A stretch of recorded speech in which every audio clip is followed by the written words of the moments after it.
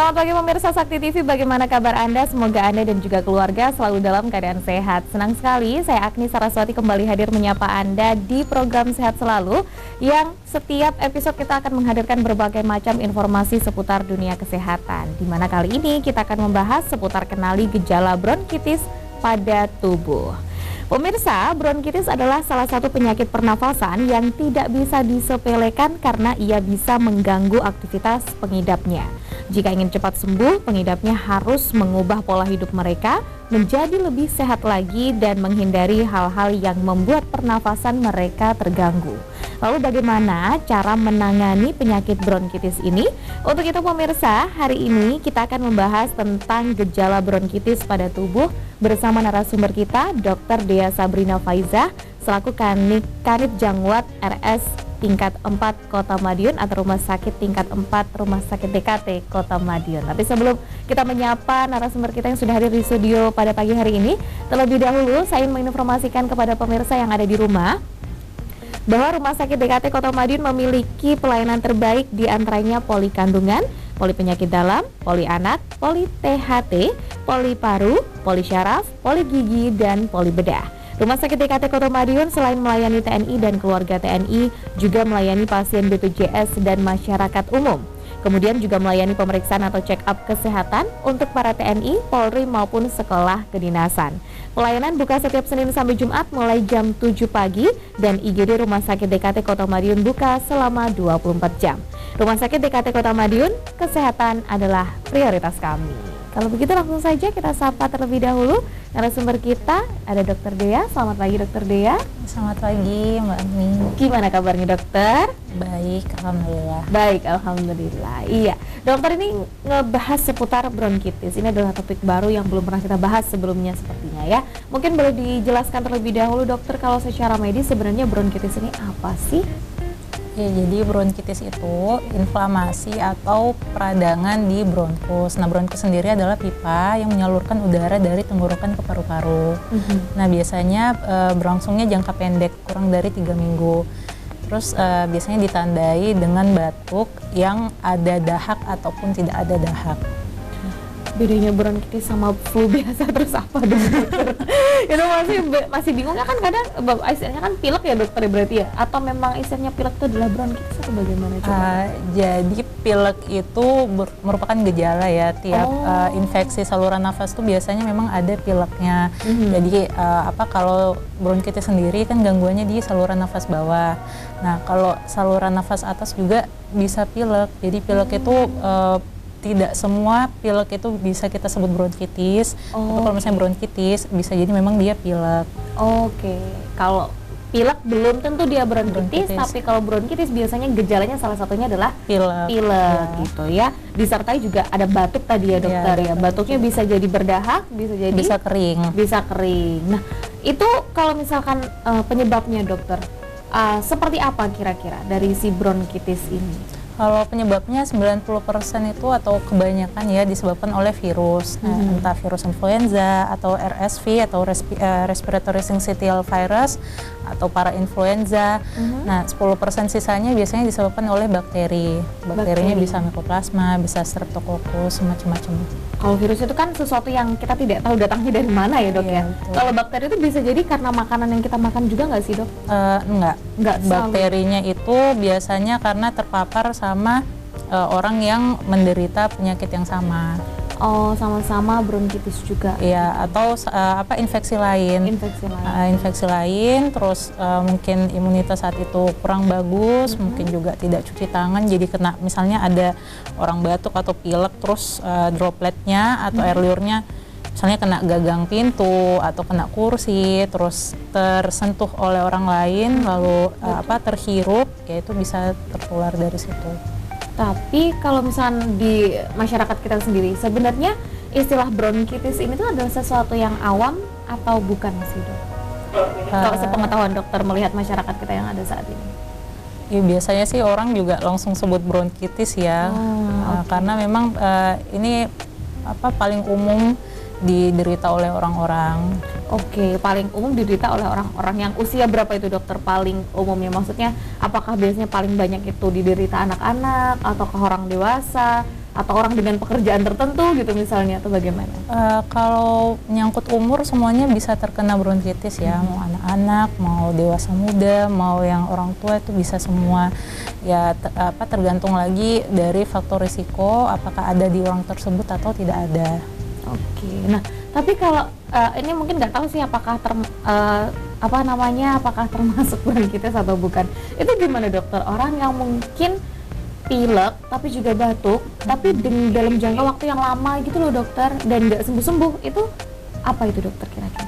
Nah itu bisa kembali lagi kita jadi pertama untuk menentukan, kan memang kalau infeksi saluran nafas itu kurang lebih gejalanya sama ya, batuk, pilek, mungkin ada demam, mungkin ada linu seluruh tubuh. Nah nanti kita lihat lagi, jadi pertama di anamnesis itu sudah berapa lama waktunya, apakah kurang dari 3 minggu atau lebih, terus apakah ada demam yang sangat mengganggu, terus apakah ada riwayat merokok atau misalnya ada penyakit lain. Nah nanti setelah dari anamnesis kita pastikan lagi melalui pemeriksaan fisis, itu bisa dari suara nafasnya seperti apa, apakah ronki atau biasanya yang kita sebut seperti kerikil ya di dalam paru-paru, bunyi kerikil, atau mungkin bunyi mengi atau bunyi wheezing. Terus mungkin juga demamnya apakah ada demam tinggi. Nah selain itu setelah pemeriksaan fisik sudah selesai, mungkin bisa ditambahkan dengan pemeriksaan penunjang. Nah pemeriksaan penunjang itu biasanya kalau ada gejala sistemik ya, contohnya seperti demam, itu biasanya melihat apakah sel darah putihnya menurun. Nah atau bisa juga tambahan lain pemeriksaan foto dada atau ronsen. Nah di situ bisa dibedakan, baru bisa dibedakan apakah pneumonia atau bronkitis. Terus juga bisa dari uji tes paru atau spirometri. Nah itu nanti ada grafiknya. Jadi nanti pasien atau penderita diminta melakukan tiupan ke selang. Jadi ada empat manuver. Nah nanti dinilai grafiknya bagaimana, apakah dia ada sumbatan atau tidak ada.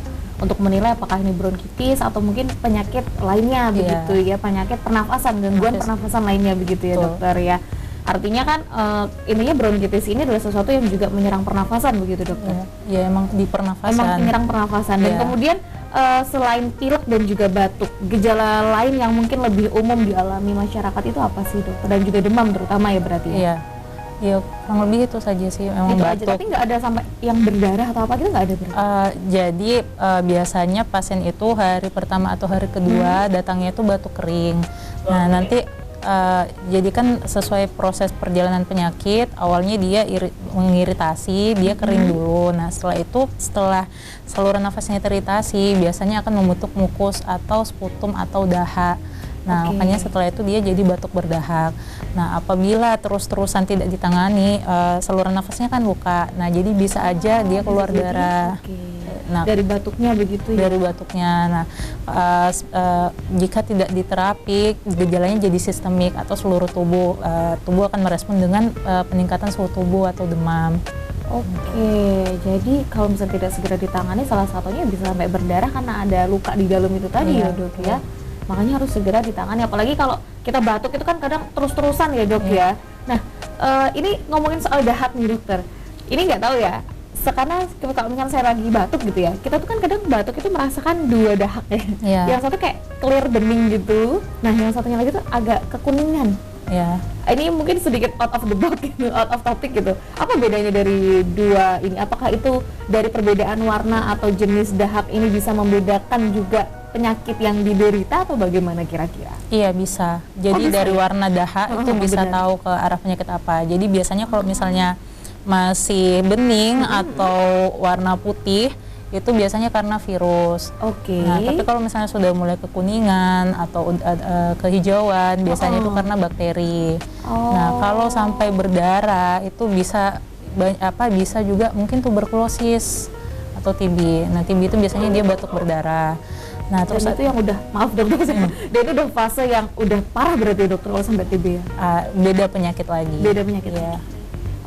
Cuman ternyata dari dahak ini aja kita sudah bisa membedakan yang satu penyebabnya karena virus, yang satu karena bakteri. Kalau dipisahkan dibilang bahaya mana dokter antara si bening dan juga yang kuning kehijauan tadi? Atau sama aja bahayanya? Iya, kalau misalnya walaupun yang virus, virus kan sebetulnya sifatnya self-limiting atau bisa sembuh sendiri. Betul. Tapi kalau misalnya imunitasnya pas turun dan dibiarkan, ya sama bisa komplikasi juga. Nanti mungkin boleh dibahas lagi komplikasinya akan seperti apa kira-kira ya dokter ya. Jadi untuk pemirsa ada di rumah, jangan kemana-mana, tetaplah bersama kami di Sehat Selalu.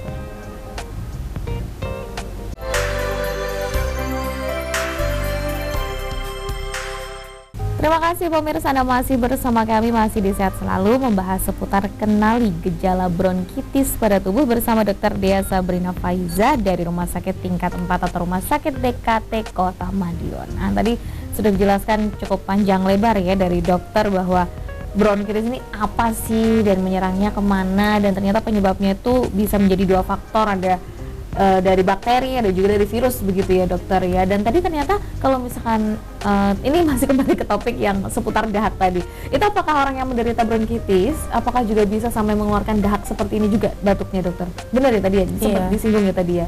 Dengan dua warna itu tadi juga termasuk berarti ya? Iya, nah termasuk. Kalau sampai yang komplikasi itu maksudnya komplikasi yang gimana sih dokter sebenarnya? Jadi komplikasi itu maksudnya misalnya bronkitisnya tidak ditangani dengan baik. Jadi kan kalau saluran nafas dari atas tuh berlanjut ya, jadi dari faring atau tenggorokan, terus laring, habis itu masuk ke trakea, terus habis itu bronkus. Nah, bronkus itu yang percabangan. Nah, setelah itu ada alveolus. Nah, kalau misalnya masih batas bronkus kita sebutnya bronkitis. Kalau udah masuk ke alveolus bisa jadi pneumonia. Jadi kalau dia tidak ditangani dengan baik bisa menjalar ke bawah. Menjalar ke bawah dan mungkin bisa jadi malah semakin parah lagi begitu. Iya, jadinya jadi radang satu paru. Oh iya benar, karena dari atas udah kena dari atas nih, udah sampai bronkitis nih, bronkus baru sampai turun lagi, berarti udah sampai ke keseluruhan paru-paru begitu ya. Berarti udah ambang batasnya justru di situ berarti ya dokter ya, untuk bisa sampai lebih ke parahnya tadi. Iya, tergantung sih dari atas. Soalnya pokoknya dia kan berjalur ya dari atas ke bawah. Ya kalau memang di atas bisa di stop, kenapa nggak di stop biar nggak lanjut ke semua. Nah, kalau bronkitis sendiri apakah dia dibagi menjadi beberapa tingkat keparahan gitu nggak sih dok? Paling dibaginya tuh atas dua ya, bronkitis akut ataupun bronkitis kronik. Nah, kalau dari akut dan kronik. Akut dan kronik ini aja perasaan istilahnya udah sama-sama parah nih dok. Gimana tuh dok penjelasannya? Boleh dibedah satu-satu untuk yang bronkitis akut ya? Seperti apa? Bronkitis akut tuh biasanya hanya batuk, baik berdahak ataupun tidak, kurang dari 3 minggu. Nah, kalau misalnya udah lebih 3 minggu ya udah kita sebutnya kronik. Apalagi kalau misalnya udah ada gejala sistemik seperti demam atau bahkan sesak nafas. Kalau udah ada tambahan demam dan juga sesak nafas dan lebih dari 3 minggu itu sebulanan berarti ibaratnya ya. Dan itu udah sangat terlambat berarti ya. Maksudnya nggak dibawa ke dokter sama sekali sih dari sekian lama itu gitu loh. Udah seminggu aja kan pasti udah tidak nyaman dong pastinya dok ya. Kalau udah 3 minggu kan pasti udah terlambat ya pemirsa. Jadi alangkah lebih baiknya bagaimana? Langsung dibawa ke UGD atau ke rumah sakit berarti? Sekarang karena sistem BPJS ya, jadi ke vaskes pertama dulu. Vaskes pertama dulu untuk bisa ditangani kedaruratannya mungkin ya, dok. Kecuali memang sesak nafas baru ke IGD. Kalau hanya batuk-batuk biasa ya ke vaskes pertama. Kalau batuk biasa boleh ke vaskes pertama, tapi kalau dirasa sudah sampai sesak nafas dan mungkin sangat-sangat mengganggu itu baru bisa ke IGD. Nah, tapi ini dokter, saya tuh sering, ini kembali out of topic ya, tapi hampir mirip-mirip. Ada beberapa, saya sering dengar ditanyain, mbaknya ngerasain sesak nafas atau ampek. Nah, emang sesak nafas sama ampek tuh beda ya dok? Jadi gini, memang kadang tuh pasien datang ke vaskes kesehatan dengan keluhannya sesak nafas.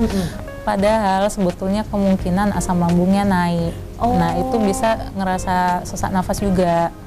Jadi perlu dibedakan yang mana. Dan itu bisa dibuktikan dengan oximeter atau pengukur saturasi oksigen yang di jari itu biasanya. Nah, kalau apalagi kita bisa lihat dari awal. Jadi misalnya pasien datang atau penderita datang lalu bilang, "Dok, saya sesak." Nah, kalau memang dia sesak pasti nggak bisa ngomong. Pasti nggak mungkin lancar omongannya, apalagi kalau misalnya sesaknya seperti asma tuh biasanya paling sering asma tuh bahkan duduk saja sudah megap-megap, apalagi untuk ngomong gitu. Nah, bisa dibuktikan selain diajak omong ya dilihat apakah di dadanya ada apa kita sebutnya retraksi atau tulang iganya ketarik saat bernafas. Jadi ya dia biasa harusnya ngembang biasa, tapi kalau sesak bisa sampai ketarik, bisa kelihatan masuk keluarnya itu dalam. Nah, terus juga bisa dipasang oximeter tadi. Dari oximeter itu. Iya. Nah, kalau dilihat dari oximeter bisa dikatakan sesak nafas itu ketika saturasi oksigennya berapa itu dokter berarti? Di bawah 92. Di bawah 92. Iya, itu sebetulnya udah butuh nasal kanul atau oksigen yang paling rendah. Oke, berarti udah pakai bantuan oksigen yang di hidung itu ya. Nah, ini mungkin bisa jadi catatan untuk pemirsa yang ada di rumah yang sering merasakan sesak nafas atau bagaimana gitu ya. Ternyata yang paling gampang ya pakai saturasi oksigen itu berarti ya, Dok. Kalau misalnya di bawah 92 ya berarti itu perlu bantuan oksigen. Kalau misalkan tidak ya nggak apa-apa, kalau misalkan perlu dibawa ke IGD atau fasilitas kesehatan terdekat nanti pasti tetap dilayani dan ditanyain juga kan intinya nanti ya, Dok ya. Oke, nah selanjutnya dokter, apa tadi yang kronik ya? Kalau kronik itu di atas 3 minggu. Ya, lebih 3 minggu. Di atas 3 minggu itu biasanya emang ada ya, Dok, ya, maksudnya pasien yang di atas 3 minggu langsung kondisinya udah parah banget baru dibawa ke dokter kayak gitu juga ada ya? Jadi mungkin kasusnya ada pencetus, ada faktor risiko lain. Jadi bisa tidak hanya bronkitis, mungkin dia ada rinitis alergi. Jadi rinitis atau sensitif terhadap debu misalnya, atau terhadap bulu-bulu binatang, atau terhadap cuaca. Nah, makanya nggak sembuh-sembuh. Atau mungkin ada komorbid lainnya, atau misalnya pasiennya ada penyakit jantung atau DM atau mungkin infeksi lain, jadi imunitasnya saat itu memang turun, makanya nggak sembuh-sembuh. Benar, jadi makanya kok lama begitu kan, namanya imun tubuh orang kan beda-beda ya, Dok ya. Biasanya dikasih obat yang sama tapi efeknya beda kan gitu. Nah, kalau untuk pengobatan kan tadi udah sempat kita bahas ya di awal ya, Dokter ya. Tapi kalau untuk pengobatan mandiri mungkin, Dokter, ada nggak sih yang bisa dilakukan oleh pemirsa yang ada di rumah, mungkin fasilitas kesehatannya jauh atau mungkin keterbatasan akses itu tadi juga ya, tapi sudah merasakan gejala-gejala dari penyakit bronkitis yang sudah dokter jelaskan tadi gitu. Kira-kira apa yang bisa dilakukan oleh si pasien?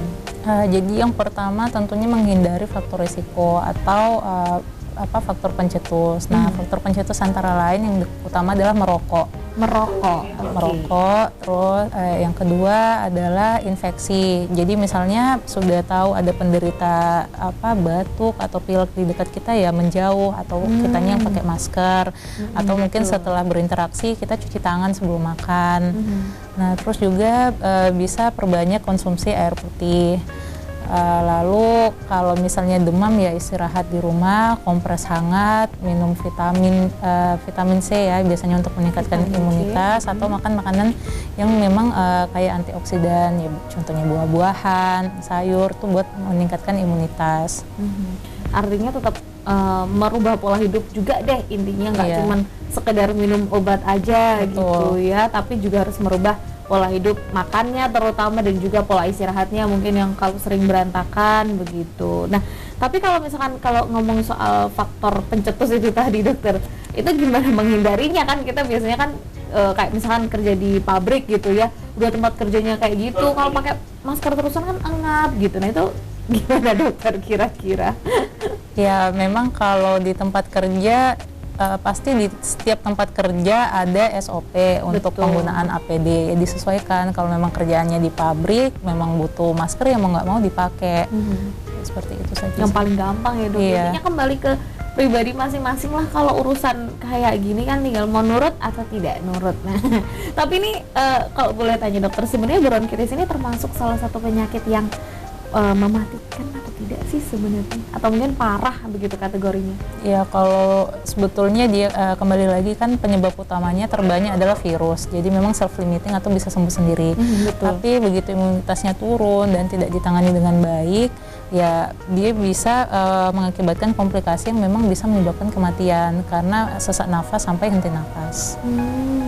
Iya, karena urusannya sama paru-paru ya, Dok. Nggak bisa sembarangan juga karena urusannya sama paru-paru, jadi ya harus lebih aware lagi berarti. Oke, nanti akan kita lanjutkan lagi kalau begitu, Dokter Dea dan juga pemirsa yang ada di rumah. Jadi untuk Anda jangan kemana-mana, tetaplah bersama kami di Sehat Selalu.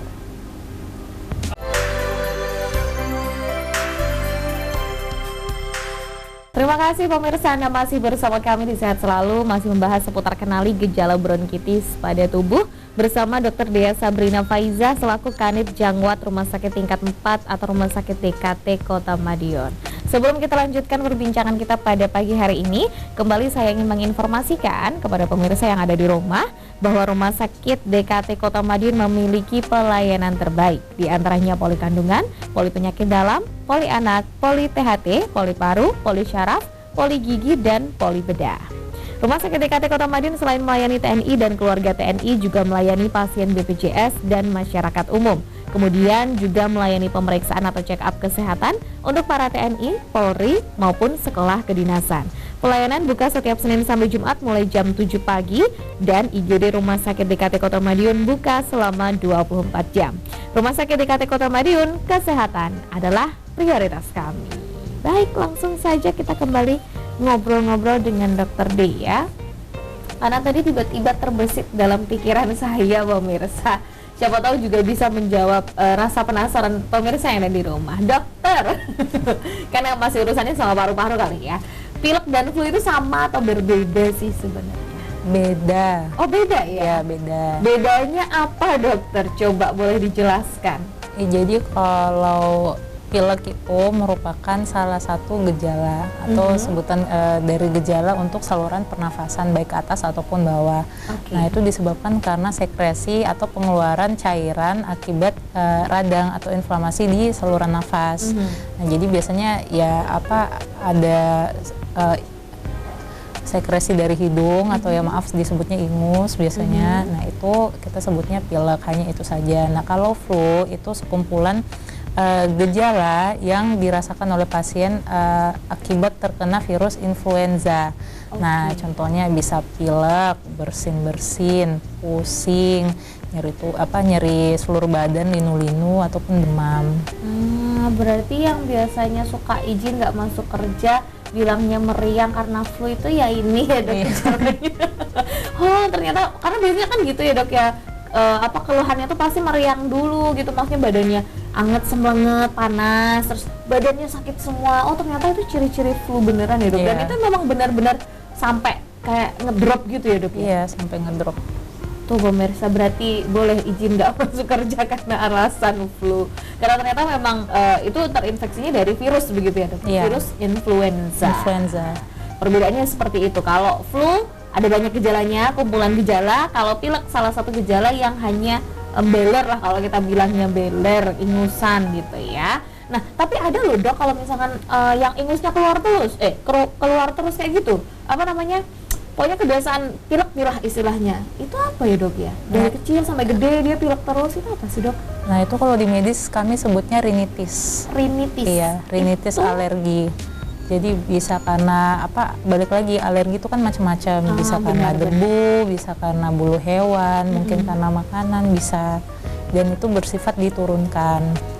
Oh, berarti itu adalah penyakit yang bisa berlangsung lama, bahkan bisa menurunkan ke anak cucu kita gitu ya? Oke, dan itu nggak bisa ditangani medis maksudnya, dokter? Ya nggak bisa, jadi memang kita harus menghindari paparannya. Ya, faktor resiko itu tadi ya, pemicunya ya. Oh, supaya tidak tercetuslah si rinitis itu tadi. Oh, baru tahu sih. Saya mungkin ada kerabat juga yang kok pilek terus, nggak sembuh-sembuh gitu dari kecil, perasaan kok pilek terus sampai gede gitu. Ternyata itu salah satu penyakit. Iya. Dan bisa menurun ke anak-anaknya. Nah, itu berarti permasalahannya ada di hidung gini atau di paru-parunya gitu, dok? Itu di sel-sel epitelial saluran nafas. Jadi memang dia harusnya misalnya ini ada iritasi, kita sebutnya ada sekresi atau pengeluaran lendir, harusnya dalam jumlah normal, tapi ini berlebih, jadi hipersekresi, makanya kok pilek-pilek terus. Jadi kalau memang kapan dia terkena paparan atau misalnya nih dia rinitis alergi karena debu, dia begitu ada debu pasti keluar, pasti dia hipersekresi, itu respon tubuh. Jadi memang biasanya harusnya normal, di penderita tersebut berlebihan responnya. Karena ada pemicunya. Ya. Nah, kalau bedanya si gejala flu dan juga bronkitis, ini bagaimana membedakannya, dokter? Kan kalau mungkin bisa dibilang hampir mirip-mirip nih kayaknya ya. Untuk membedakannya sendiri seperti apa, dokter? Membedakannya sendiri antara gejala flu dan bronkitis. Jadi balik lagi, bronkitis itu bisa disebabkan oleh salah satunya virus influenza. Nah, jadi gejala flu itu kalau tidak ditangani ya kembali ke akan berlanjut ke bronkitis. Nah, flu itu biasanya tidak sampai ke jaringan interstisial atau di dalam paru. Nah, bedanya kalau sama bronkitis tuh karena udah masuk di pipa di bawah, biasanya dia nanti kelihatan tuh di gambaran ronsen akan ada kotor-kotor di daerah paru-parunya. Jadi kayak putih-putih gitu Putih-putih, mungkin ya? betul. Oh, itu perbedaannya berarti harus dilihat dari foto ronsen juga berarti untuk mendukung. Oke, ini perbedaan ini memang antara bronkitis atau ini flu biasa. Tapi misalkan kalau sehari-harinya aja, bagaimana cara membedakannya dokter? Mungkin agak berat ya kalau misalkan harus foto ronsen dulu ya untuk membedakan dua penyakit tersebut gitu. Nah, untuk kita sendiri menyadari bahwa bedanya flu dan bronkitis ini seperti apa gejalanya? Gejalanya sebetulnya kurang lebih sama. Jadi sebetulnya untuk mengetahui gejala flu ataupun bronkitis memang mereka saling berkaitan. Jadi karena penyebabnya juga sama-sama virus influenza. Nah, cuman biasanya kalau flu itu lebih berat dari bronkitis. Jadi bronkitis itu memang cuma batuk saja, jadi kembali ke bronkitis akut. Memang hanya batuk yang berdahak ataupun tidak berdahak kurang dari 3 minggu.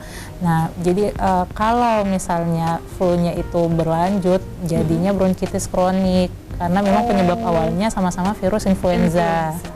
Oke, jadi intinya sebenarnya gejalanya pun juga sama. Kurang lebih sama. Kurang lebih sama. Batuknya pun juga ada ya biasanya. Kalau kita flu kan juga tetap ada batuknya ya kadang ya dok ya. Nah, cuman emang ya itu tadi patokannya mungkin ya dok ya untuk dikatakan bronkitis kronik itu ya kalau udah kelewat 3 minggu gitu, berarti kan kalau misalkan belum sampai 3 minggu berarti mungkin ya flu biasa begitu. Intinya gini, kalau misalnya sudah merasakan gejala-gejala yang tidak nyaman pemirsa ya udah deh, nggak usah lama-lama, langsung dibawa ke dokter. Karena yang mengerti pengobatannya kan juga dokter ya, salah satunya ya dokter deh ya. Kalau misalkan tidak segera ditangani dokter, apakah ada kalau tadi sudah sempat saya tanya ya dokter ya, ada kemungkinan sampai bahkan meninggal dunia kalau si bronkitis atau mungkin bisa menyebabkan penyakit lainnya berarti ya. Nah, ini harus lebih waspada berarti untuk pemirsa yang ada di rumah. Tapi ini saya pernah dengar mitos gini dokter, bahwa pengidap bronkitis itu katanya nggak boleh kedinginan. Emang bener ya? Iya, jadi cuaca dingin itu bisa memperparah kondisi bronkitis. Jadi kan kalau bronkitis itu biasanya karena di saluran nafasnya tuh kering. Nah, jadi makanya kalau misalnya dingin itu biasanya kan kelembapannya rendah. Jadi makanya bisa memicu bronkitis tersebut. Untuk kumat atau lebih parah begitu ya. Kalau kering ketemu yang yang dingin kan mungkin kurang nyaman, gatel gitu. Iya, jadinya gatal. Berarti kalau misalnya gatalnya berarti di tenggorokan atau di bagian dada sih kayak gitu dokter? Dari tenggorokan, soalnya kan saluran nafas memang dari tenggorokan terus berlanjut ke bawah sampai ke dada. Perasaan gatalnya bisa jadi di tenggorokan itu tadi ya dok ya. Oke. Nah, tapi bisa sampai radang juga nggak sih dok kalau kayak gitu berarti? Bronkitis memang peradangan. Yang radang di tenggorokan? Yang radang tenggorokan juga bisa. Jadi biasanya nanti kalau dicek, biasanya kan kalau ada batuk, apalagi di anak-anak ya, biasanya dokter kan nyuruh meminta anak tersebut untuk membuka mulut. Nah, itu melihat lingkaran yang kita sebutnya bagian faring itu apakah merah, bengkak atau tidak. Soalnya penyebab terbanyak di anak-anak ya karena virus itu. Dan juga ada radang di tenggorokan. Jadi bisa dinilai di radangnya, oh ya ini memang dia ada radang di bagian faring misalnya. Oke dokter, nanti kan kita bahas lebih jauh terkait bronkitis ini seperti apa supaya mungkin masyarakat juga lebih berhati-hati ya. Kelihatannya sih sepele kayak flu biasa atau teman-teman yang flu lah istilahnya. Tapi ternyata kalau misalnya dibiarkan begitu saja cukup berbahaya pemirsa ya. Jadi untuk pemirsa ada di rumah jangan kemana-mana, tetaplah bersama kami di Sehat Selalu.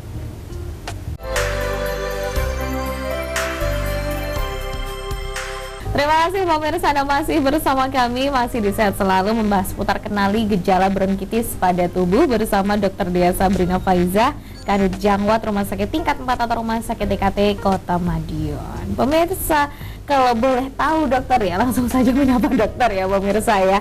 Nah, kalau boleh tahu dokter, pantangan dari orang yang mengidap penyakit bronkitis itu sebenarnya apa sih dokter? Oke, yang pertama merokok. Merokok, Ya, oke.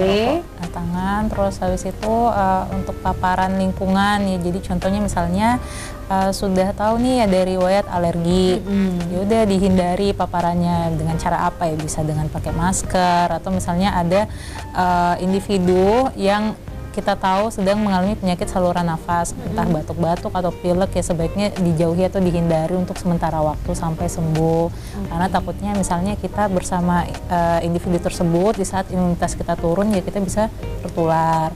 Terus bisa kita cegah juga dengan kita cuci tangan. Rajin cuci tangan lah istilahnya, apalagi kalau misalkan mau makan, mau minum gitu ya dok ya, langkah lebih baiknya cuci tangan. Paling nggak pas mau makan deh, apalagi makannya pas pakai tangan gitu mulu gitu ya, minimal ya tetap cuci tangan gitu loh. Nah, berarti artinya si bronkitis ini tuh juga bisa menular ke orang lain, terutama jika orang tersebut dalam kondisi imun yang rendah. Gitu, dengan droplet aja. Betul. Misalnya kita lagi makan terus sharing gitu ya, misalkan ya dia udah tahu bronkitis, dia mungkin nggak tahu bronkitis gitu, jelalahnya kita lagi imunnya jelek, habis itu kita tertular, kayak gitu bisa ya dok ya. Karena pada dasarnya kan virus tuh ada di sekeliling kita di mana-mana. Nah, tergantung imunitas kita tuh lagi tinggi atau rendah. Kalau pas rendah ya bisa kena. Jadi misalnya saat-saat seperti ini pun di sekitar kita ada virus influenza, ya kita nggak tahu, tapi mungkin pas imunitas kita bagus, ya tidak terkena penyakit tersebut. Betul. Kalau misalkan intinya ya menjaga diri deh, karena kita tahu virusnya ada di mana-mana. Virus ya pemirsa, bakteri pun juga sama kan ya, sama. Ada di mana-mana kan, nggak cuma di makanan, di apapun lah pokoknya banyak. Intinya tergantung bagaimana kita aja. Nah, terus ini kita ada pertanyaan lagi dokter, kalau misalkan bronkitis itu jika dia udah sembuh apakah bisa kambuh lagi atau gimana? Kalau kadang kan ada tuh yang pernah bilang bahwa kalau sakit cacar tuh sekali tok seumur hidup gitu. Nah, apakah kalau misalkan bronkitis ini cuman sekali dalam seumur hidup atau bisa berulang? Ya bisa berulang. Bisa berulang. Karena dari kita kembali lagi penyakitnya disebabkan oleh sebagian besar virus dan juga bakteri. Jadi kalau misalnya kita terserang virus tersebut atau bakteri tersebut ya kambuh lagi. Benar-benar. Nah, ini juga ada satu pertanyaan menarik nih dokter. Kan kayak kan kita di kantor gitu ya, kan kita kan ruangannya ber-AC nih. Apakah kami yang bekerja di kantor itu juga memiliki potensi atau mungkin gambaran nanti akan terkena bronkitis begitu atau bagaimana dokter? Karena kan ruangannya lembab gitu ya. Kalau di ruangan yang tertutup memang virus itu lebih gampang ya, apalagi sirkulasi udaranya di situ-situ aja. Makanya biasanya kalau di kantor ya sebaiknya memang ada ventilasinya bagus dihubungkan dengan udara luar biar udaranya itu terganti. Jadi misalnya misalnya ada individu di dalam ruangan tersebut mengalami penyakit saluran nafas. Nah, pasti di tubuhnya kan banyak kuman, infeksi virus. Nah, pasti sirkulasi udaranya juga kurang sehat. Nah, langkah baiknya jika ventilasi udaranya dibuat bisa mengalir keluar dan sebaliknya. Paling Jadi tidak ada perputaran udara untuk mengganti udara tersebut. Oke. Nah, ini kalau misalnya ngomongin soal pantangan tadi kembali lagi ya. Tadi kan dokter sempat mention bahwa salah satu pantangannya adalah merokok gitu. Nah, ini nggak tahu sih out of topic atau tidak, tapi kan masih urusannya dengan penyakit dari paru-paru gitu ya. Vape rokok elektrik ya dokter, apakah itu juga bisa menjadi salah satu pantangan yang tidak boleh dilakukan ketika sakit bronkitis? Iya, mau rokok yang tradisional atau yang konvensional ataupun vape itu sama aja. Sama saja dalam artian ya bisa memperberat kondisi bronkitis. Jadi bukan dengan saya pakai vape jadi tidak akan terkena bronkitis atau tidak akan menjadi parah, sama saja. Ternyata sama aja. Karena mau ya vape dan rokok elektrik maupun rokok biasa kan juga sama-sama rokok gitu ya, intinya kan begitu. Makanya harus dihindari ketika sedang mengalami bronkitis. Misalkan nanti mau balik lagi ya monggo, kan pilihan ya. Intinya kalau misalkan kondisinya lagi seperti itu ya alangkah lebih baiknya ya mbok sudah gitu ya dokter ya. Cuma kan memang karena menjadi salah satu faktor yang mungkin bisa memperparah kan, berarti ya harus dihindari kan dok. Nah, ini mungkin dari dokter sendiri ada nggak sih kira-kira saran yang bisa dimanfaatkan oleh pemirsa yang ada di rumah mencegah si bronkitis ini menular datang ke kita gitu, kira-kira seperti apa? Ya, jadi kita ketahui bersama bronkitis itu sebagian besar penyebabnya adalah virus, yang kita tahu di mana-mana memang di sekitar kita banyak virus ataupun bakteri. Nah, alangkah baiknya memang kita melakukan pencegahan dengan meningkatkan imun tubuh kita sendiri. Jadi bisa dimulai dari makan makanan bergizi yang kayak antioksidan seperti buah-buahan atau sayur-sayuran, istirahat yang cukup, juga misalnya kita menghindari berinteraksi dengan individu yang saat itu sedang menderita penyakit saluran nafas agar kita juga tidak tertular. Bisa juga kita melakukan pencegahan dengan rajin mencuci tangan, terutama bila akan makan, karena saat itu saat kita akan makan otomatis tangan akan langsung memasukkan ke dalam mulut, gitu jadi ya. menjadi jalur untuk lewatnya virus ataupun bakteri tersebut. Nah, untuk cara lain untuk menghindari juga bisa dengan berhenti merokok, dan kita juga bisa menghindari paparan atau pencetus yang bisa menyebabkan infeksi saluran nafas, antara lain misalnya sudah tahu bahwa alergi debu, ya silahkan dijauhi tempatnya atau melakukan pembersihan rutin atau memakai masker. Apabila ada riwayat alergi terhadap bulu-bulu binatang, ya dihindari berinteraksi dengan binatang tersebut. Dan apabila memang sedang mengalami bronkitis dan dirasakan sangat mengganggu, contohnya demam, demam tinggi ataupun hingga sesak berat, bisa segera mencari fasilitas kesehatan terdekat untuk mendapatkan pelayanan agar tidak terjadi komplikasi serius dari penyakit tersebut. Oke, karena kalau misalkan didiamkan begitu saja, tidak melakukan pencegahan, bisa jadi sampai pneumonia ya dokter ya, bahkan sampai ke TB itu tadi betul. TB penyakit berbeda. Ya, kalau misalnya yang infeksi berat, kalau ada komorbid atau penyakit yang menurunkan imunitas, biasanya itu bisa sampai ARDS atau acute respiratory distress syndrome. Nah, biasanya memang bisa menyebabkan kematian akibat henti nafas, gagal nafas. Karena urusannya dengan urusan pernafasan, pemirsa. Kita kan mau nafasan semuanya pakai paru-paru ya. Jadi ya itu yang harus lebih diperhatikan lagi. Kelihatannya sih kayak sepele gitu loh dokter, karena mungkin dari masyarakat adalah nanti lagi sembuh-sembuh sendiri, tapi ternyata faktanya kalau bronkitis itu bisa berlangsung cukup lama kan ya dok ya? Bisa sampai paling lama kalau dari pasien yang sering dokter temukan itu bisa berapa bulan, berapa tahun, atau ada bisa berbulan-bulan, bahkan ya sampai tahunan juga bisa. Apakah dengan selama itu mereka juga terus-terusan mengkonsumsi obat? Kadang ada yang ini ya, istilahnya putus obat, bukan putus obat sih, dalam artian memang sudah berobat lalu tidak kontrol lagi karena memang sudah mungkin lelah. Betul. Karena bolak-balik dapat pengobatan kok tidak sembuh ya, tidak ada perubahan. Nah, itu mungkin bisa dicari lagi faktor risiko lainnya, apakah mungkin ada alergi. Betul. Atau ada penyakit lain yang menyebabkan imunitas turun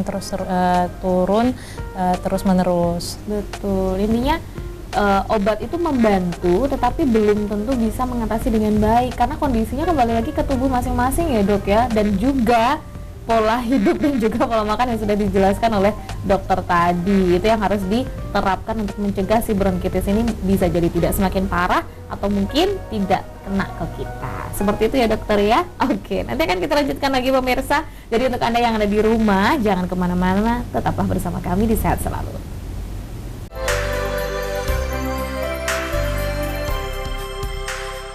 Terima kasih pemirsa, Anda masih bersama kami, masih di Sehat Selalu, membahas seputar kenali gejala bronkitis pada tubuh bersama Dr. Dea Sabrina Faiza selaku Kanit Jangwat Rumah Sakit Tingkat 4 atau Rumah Sakit TKT Kota Madiun. Sebelum kita kembali menyapa narasumber kita, saya ingin menginformasikan kepada pemirsa yang ada di rumah bahwa Rumah Sakit TKT Kota Madiun memiliki pelayanan terbaik. Di antaranya poli kandungan, poli penyakit dalam, poli anak, poli THT, poli paru, poli syaraf, poli gigi, dan poli bedah. Rumah Sakit DKT Kota Madiun selain melayani TNI dan keluarga TNI, juga melayani pasien BPJS dan masyarakat umum. Kemudian juga melayani pemeriksaan atau check-up kesehatan untuk para TNI, Polri maupun sekolah kedinasan. Pelayanan buka setiap Senin sampai Jumat mulai jam 7 pagi dan IGD Rumah Sakit DKT Kota Madiun buka selama 24 jam. Rumah Sakit TKT Kota Madiun, kesehatan adalah prioritas kami. Baiklah, sudah di segmen terakhir dokter. Pertanyaannya tinggal beberapa pertanyaan yang mungkin justru jauh lebih penting gitu ya, untuk sebagai pertanyaan-pertanyaan penutup di segmen 5 ini.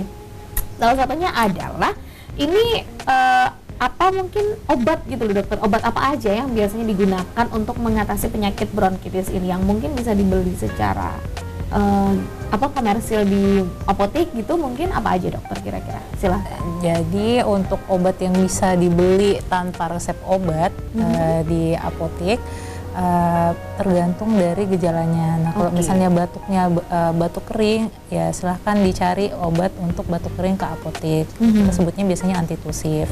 Nah namun apabila batuknya berdahak, ya disesuaikan lagi, cari obatnya yang untuk batuk berdahak. Biasanya mukolitik untuk mengencerkan dahak ataupun yang ekspektoran untuk memudahkan dahaknya itu keluar. Nah, untuk obat tambahan apabila memang ada demam atau linu-linu seluruh tubuh, bisa menggunakan antipiretik atau penurun demam ataupun analgesik untuk mengurangi rasa nyeri. Nah, kalau antibiotik sendiri itu baru direkomendasikan apabila memang dokternya yakin bahwa ini akibat infeksi bakteri, karena kan memang penyebab utama dari bronkitis adalah infeksi virus. Betul. Jadi sebetulnya tanpa pengobatan pun bisa sembuh sendiri, hanya perlu meningkatkan imunitas tubuh. Kalau misalnya terlalu sering memakai antibiotik pun dikhawatirkan tubuh akan resisten saat betul-betul membutuhkan antibiotik tersebut. Oke, jadi istilahnya bisa kok, misalkan mau beli obat sendiri seperti itu, apa yang sudah dijelaskan oleh dokter tadi itu bisa dicari di apotek terdekat. Misalkan kayaknya kalau misalnya mau ke dokter jauh deh, mau ke praktek dokter nanti harus keluar uang misalkan, dan khawatir pengeluarannya lebih banyak, begitu nggak apa-apa, dicoba ditangani dulu sesuai gejala yang muncul mungkin ya dok ya. Nanti kalau misalnya udah nggak sembuh-sembuh, itu kan ada tuh biasanya di kemasannya kalau sudah 3 hari tidak sembuh langsung ke dokter kan biasanya gitu ya dok ya. Nah itu mungkin bisa langsung seperti itu. Nah dan salah satunya lagi nih mungkin obat antibiotik ya dokter ya. Itu berapakah perlu juga dikonsumsi oleh penderita bronkitis? Antibiotik itu perlu dikonsumsi apabila memang sudah yakin bahwa penyebabnya adalah bakteri. Nah itu sebaiknya memang dikonsultasikan ke dokter untuk membedakan apakah penyakit yang diderita memang karena virus atau karena bakteri, karena dikhawatirkan apabila sering mengkonsumsi antibiotik tidak pada tempatnya, pada saat tubuh betul-betul membutuhkan antibiotik tersebut, kuman di dalam tubuh jadi resisten, jadi tidak sembuh-sembuh. Oh iya benar, ini pernah kita bahas kayaknya di episode-episode sebelumnya, saya juga lupa dengan narasumber siapa tentang resisten obat begitu ya dok ya. Kalau misalkan kita minum antibiotik tidak sesuai tempatnya itu tadi, betul tidak sesuai waktunya, justru malah si tubuh kita ini yang lebih resisten begitu. Iya, jadi terhadap si antibiotik itu. Betul. Jadi kalau misalnya suatu saat kita harusnya perlu makan antibiotik, malah nggak ngefek kayak gitu ya dok ya. Oh, makanya dari biasanya antibiotik itu kan agak banyak ya dok kalau diresepin ya. Itu tuh katanya harus habis, bener ya? Iya, antibiotik itu harus habis untuk mencegah resistensi kumannya. Oke, itu tadi resistensinya, kalau misalnya tidak habis ya kemungkinan untuk resistensinya kan jauh lebih tinggi di kemudian hari begitu. Betul. Nah, terus terakhir dokter, kira-kira sebelum saya tutup juga, apakah ada pengobatan alami untuk mengatasi bronkitis ini sendiri?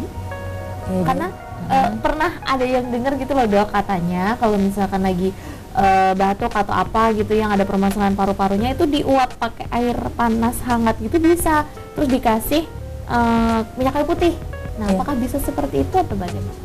Ya, salah satu tindakan untuk membantu saat di rumah itu bisa dilakukan dengan uap air panas ditambahkan minyak kayu putih. Jadi memang saat individu mengalami menderita bronkitis, saluran nafasnya itu menjadi menyempit.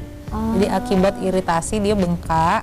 Lalu ada sekresi dari lendir, makanya yang harusnya misalnya diameternya lebih besar jadi mengecil, jadi otomatis udara yang keluar masuk jadi lebih sedikit dan bisa menyebabkan sesak. Nah kalau misalnya dihadapkan dengan uap panas itu bisa melonggarkan dari diameter saluran nafas tersebut. Ya makanya biasanya merasa oh ya lebih lega. Jadi memang ya kembali lagi bahwa untuk di cuaca dingin tadi memang bisa memperparah bronkitis. Nah kalau gitu bagaimana caranya biar ringan? Ya dibalik, jadi kondisikan dengan cuaca yang lebih hangat atau lingkungan yang lebih hangat dan lembab. Salah satunya bisa dengan uap dari air panas. Oke, itu mungkin akan membantu untuk meringankan supaya nggak sampai sesak nafas itu tadi permasalahannya. Kalau udah sesak nafas tidak segera ditangani ya bisa jadi akan lebih parah dan mungkin bisa jadi sampai ke kematian itu tadi henti nafas itu tadi ya dokter ya. Oke.